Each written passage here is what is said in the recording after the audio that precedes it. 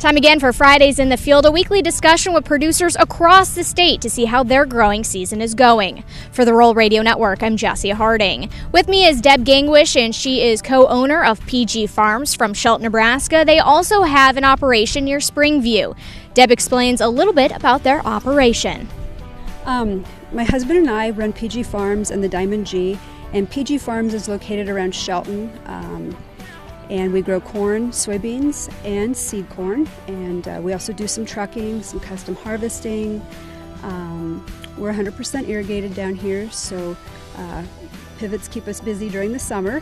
And then up north, we have a cattle operation with a small backgrounding lot. And then we also do some trucking up there and grow oats, hay, corn, soybeans, the typical Nebraska crops. When it comes to this year for planting season, how did things go for you in the operation? You know, there were a few weather delays, but we got in the field early. We were in down south by April 11th, and had a few times where with weather that we were delayed, but we finished up with seed corn on the 28th of May.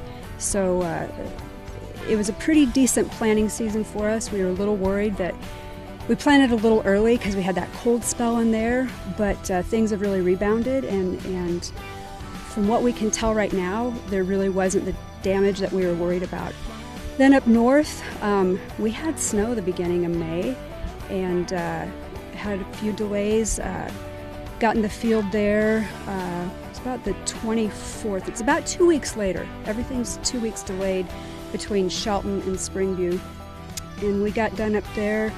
It was June 5th. I guess the only thing that we really had that was a huge, not even a huge problem, but we had some splashback from a herbicide with our beans. Only about 5% had to be replanted, so it wasn't a huge issue, but I know other guys have had the same issue, and it's been a bigger issue for them. So overall, we've been pretty pleased. When it comes to the current condition of the crop, now that everything's done, how is it looking thus far? So far, so good. We had some crusting issues, but we've got the pivots on. We're also irrigated up north, so that really, really helps. We had a few issues too with high trash and some emergence issues, but we'll take a look at that next year. Maybe do some more graze it or bring cattle on to get rid of some of that residue. Maybe we just didn't leave them on long enough. But like I said, things have really rebounded from problems we thought we were going to have, and are looking really pretty good. Fields are clean. We've been able to spray on time.